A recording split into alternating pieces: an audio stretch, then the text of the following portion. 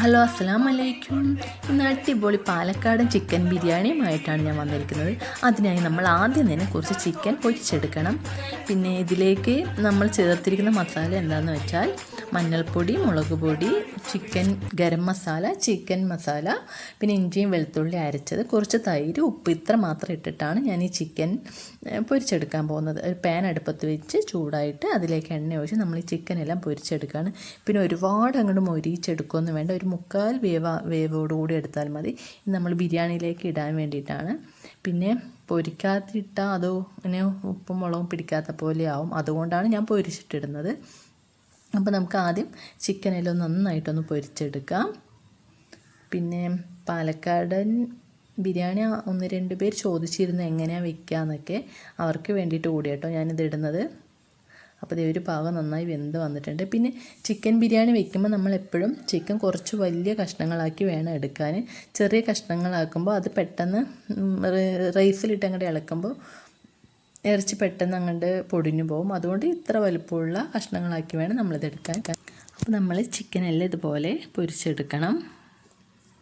ഇത് ഉണ്ടാക്കി നോക്കാത്തവരുണ്ടെങ്കിൽ തീർച്ചയായും ഉണ്ടാക്കി നോക്കണം. എല്ലാവർക്കും ഇഷ്ടപ്പെടും. പാലക്കാടൻ ബിരിയാണി അത്രയ്ക്ക് അടിപൊളിയാണ്. ഇവിടെ എൻ്റെ വേറെ മൂത്തശ്ശിമാർ 2 പേര്, ഒരാൾ ഒറ്റപ്പാലം, ഒരാൾ വാടാനപ്പള്ളിയാണ്. പക്ഷെ അവർക്ക് അവരുടെ നാട്ടിലെ ബിരിയാണിയേക്കാൾ ഇഷ്ടം നമ്മളുടെ പാലക്കാടൻ ബിരിയാണി തന്നെയാണ് കേട്ടോ. അതുകൊണ്ട് എല്ലാവരും ഒന്ന് ട്രൈ ചെയ്ത് നോക്കണം, എല്ലാവർക്കും ഇഷ്ടപ്പെടും. അപ്പോൾ നമ്മുടെ ചിക്കനെല്ലാം ഇങ്ങനെ ഒരുപാട് നമ്മൾ മൊരിച്ചെടുക്കേണ്ട ആവശ്യമില്ല, ഒരു മുക്കാൽ വേവോടുകൂടി എടുത്താൽ മതി. കാരണം ഇത് ബാക്കി നമ്മുടെ ചോറിൽ കിടന്ന് അങ്ങനെ വെന്തോളും, ദമ്മിൽ കിടന്ന് വേകും. അതുകൊണ്ട് ഒരു മുക്കാൽ വേവ്. ഇതിങ്ങനെ പൊരിച്ചെടുക്കുന്നത് എന്തിനാണെന്ന് വെച്ചാൽ നമ്മൾ ബിരിയാണിയിൽ അത് അങ്ങനെ ഇടുമ്പോൾ അതിൽ എരിവും പുളിയൊന്നും പിടിക്കില്ല, അപ്പോൾ ഉപ്പൊന്നും പിടിക്കില്ല. അതിന് വേണ്ടിയിട്ടാണ് ആദ്യം തന്നെ ഇങ്ങനെ പൊരിച്ചെടുക്കുന്നതുകൊണ്ടുള്ളൊരു ഗുണം എന്താ വെച്ചാൽ പിന്നെ ബിരിയാണിയിൽ ഇട്ടിട്ട് അത് പിന്നെ ഉടഞ്ഞു പോവില്ല. പിന്നെ 1.5 കിലോ അരിയിലാണ് ഞാൻ ബിരിയാണി വെക്കാൻ പോകുന്നത്. ഇതുപോലുള്ള ചെറിയ ജീരകശാല അരി പറഞ്ഞാൽ കിട്ടും. ഈ അരിയിലാണ് ബിരിയാണി വെക്കാൻ പോകുന്നത്. കൈമ റൈസ് എന്നും ഇതിന് പറയും.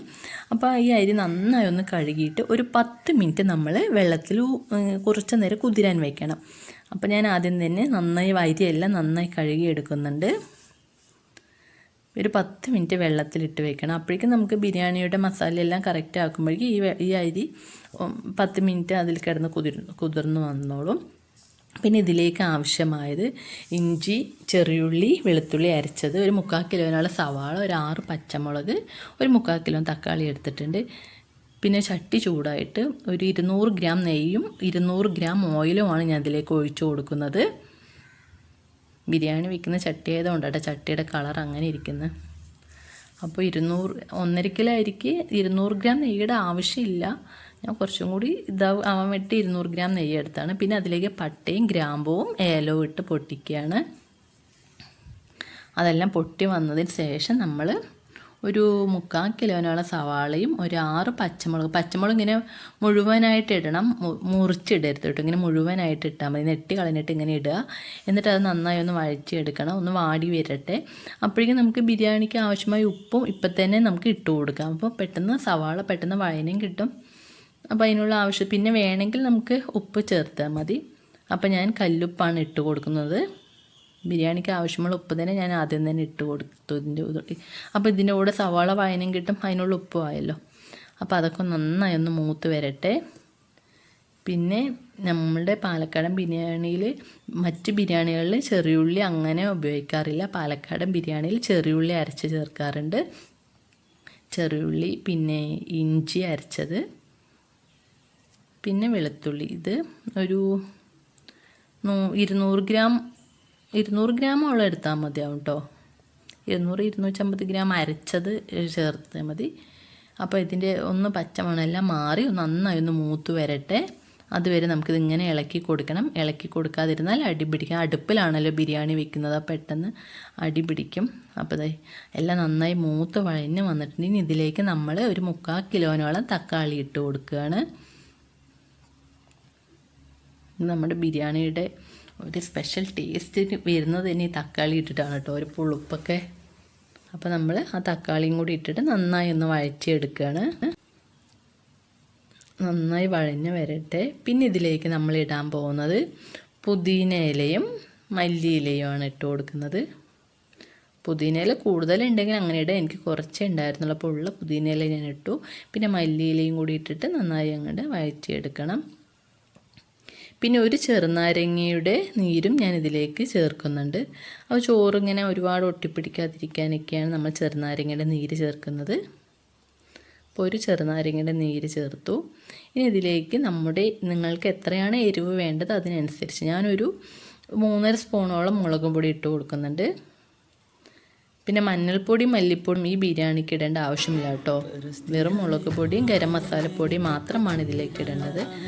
അപ്പോൾ ഒരു 3.5 സ്പൂണോളം മുളക് പൊടി ഞാൻ ഇട്ടു. പിന്നെ ഒരു 2 സ്പൂൺ ഗരം മസാല ഇട്ടിട്ടുണ്ട്. പൊടിച്ച പൊടിയാണെങ്കിൽ അത്രയും നല്ലത്. പട്ടയും ഗ്രാമ്പും എല്ലാം പൊടിച്ചതാണെങ്കിൽ ഞാൻ ഗരം മസാലപ്പൊടി 2 സ്പൂണോളം ഇട്ട് കൊടുത്തിട്ടുണ്ട്. പിന്നെ ഒരു ചെറിയ ഗ്ലാസ്സിന് ഒരു 3/4 ഗ്ലാസ് തൈര് ഒഴിച്ചു കൊടുക്കുകയാണ്. എന്നിട്ട് നമുക്കതൊന്നും കൂടി നന്നായി കൂടെ വഴറ്റിയെടുക്കാം. അപ്പോൾ നമ്മുടെ ബിരിയാണിക്കുള്ള മസാല എല്ലാം റെഡി ആയിട്ടുണ്ട്. പിന്നെ ഇതിലേക്ക് നമ്മൾ വെള്ളം ഒഴിച്ചു. നമ്മൾ ഒരു പാത്രം അരിക്ക് 1.5 പാത്രം വെള്ളം എന്ന അളവിലാണ് വെള്ളം എടുത്തിരിക്കുന്നത്. പിന്നെ നമ്മൾ അതിലേക്ക് 1.5 പാത്രം, ആ അരി എടുത്ത പാത്രത്തിന് 1.5 പാത്രം വെള്ളം ഒഴിച്ചു കൊടുത്തിട്ട് അതൊന്ന് മൂടി വെച്ച് നന്നായി അങ്ങോട്ട് തിളച്ച് വരണം. അപ്പോൾ തീ കുറച്ച് കൂടുതലായിട്ട് തീ കത്തിക്കണം നമ്മൾ, എന്നാലേ പെട്ടെന്ന് തിളച്ച് വരുള്ളൂ. ഈ സമയം നമ്മൾക്ക് കഴുകി വെച്ച അരി ഒന്ന് വാരാൻ വയ്ക്കാം, വെള്ളം വാരാൻ വേണ്ടിയിട്ട് വയ്ക്കണം. പിന്നെ ഈ അരി കൊട്ടുമ്പോൾ ഇതിൽ പിന്നെ വെള്ളം പാടില്ല. അപ്പോൾ നമ്മളൊരു ഇതുപോലൊരു ഓട്ടപ്പാത്രത്തിൽ ഇട്ട് വെച്ചാൽ വെള്ളം എല്ലാം വടിഞ്ഞ് കിട്ടും. ഇവിടെ ബിരിയാണിയുടെ വെള്ളം നന്നായി തിളച്ച് മറിയുന്നുണ്ട്. ഇതിലേക്ക് നമ്മൾ അരി കൊട്ടി കൊടുക്കുകയാണ്. പിന്നെ അരി കൊട്ടുന്ന വീഡിയോ എനിക്ക് എടുക്കാൻ പറ്റിയില്ല. പിന്നെ അരി കൊട്ടിയതിന് ശേഷമുള്ള വീഡിയോ ആണ് നിങ്ങൾക്ക് കാണിക്കുന്നത്. അപ്പോൾ അരി ഇട്ടിട്ട് ഇതുപോലെ നന്നായി അങ്ങോട്ട് ഇളക്കി കൊടുക്കണം. അപ്പോൾ ചോറെല്ലാം വെന്ത് ദമ്മായി വരുമ്പോഴേക്കും നമുക്ക് ഈ വെള്ളം കറക്റ്റ് ആവട്ടോ. ഒരു പാത്രം അരിക്ക് 1.5 പാത്രം വെള്ളം, വെള്ളത്തിൻ്റെ അളവ് ഒരിക്കലും തെറ്റരുത്. അപ്പോൾ പിന്നെ അടച്ച് വെച്ച് കുറച്ച് നേരം കൂടി നമ്മൾ തീ കത്തിച്ച് വേവിക്കുകയാണ്. പിന്നെ ഒന്ന് ഇളക്കി കൊടുത്തിട്ട് ഇപ്പോൾ ഒരു ഹാഫ് വേവായിട്ടുണ്ടാവും, അരി ഒരു ഹാഫ് കുക്കായിട്ടുണ്ടാവും. ഇനി ഇതിലേക്ക് നമ്മൾ വെള്ളം ദമ്മിട്ടാലേ കറക്റ്റായിട്ട് വെള്ളം വറ്റി കിട്ടുള്ളൂ. നമ്മളിതിങ്ങനെ ഇളക്കി നോക്കുമ്പോൾ ഒരു അര വേവായിട്ടുണ്ടാവും. ഇനി ഇതിലേക്ക് നമ്മൾ പൊരിച്ച് വെച്ച ഇറച്ചിയൊക്കെ ഇട്ട് കൊടുക്കുകയാണ്. ഇങ്ങനെ പൊരിച്ചിട്ടിട്ടാൽ നല്ല ടേസ്റ്റാട്ടോ. കാരണം ഇറച്ചിയൊന്നും പൊടിഞ്ഞും പോവില്ല, കഴിക്കാനും നല്ല ടേസ്റ്റ് ഉണ്ടാവും. അപ്പോൾ ഇതുപോലെ നമ്മൾ ബിരിയാണിയിലേക്ക് ഇറച്ചി ഇട്ട് കൊടുക്കുകയാണ്. ആ വെള്ളം കുറച്ച് ഉള്ളുമ്പോൾ തന്നെയാട്ടോ ഇറച്ചി ഇട്ട് കൊടുക്കുന്നത്. എന്നിട്ട് നമ്മൾ പിന്നെ വളരെ പതുക്കെ വേണം ഇളക്കാൻ. അപ്പോൾ ഇറച്ചിയെല്ലാം ഇട്ടിട്ട് ഇതുപോലെ ഒന്ന് ഇളക്കി കൊടുക്കണം.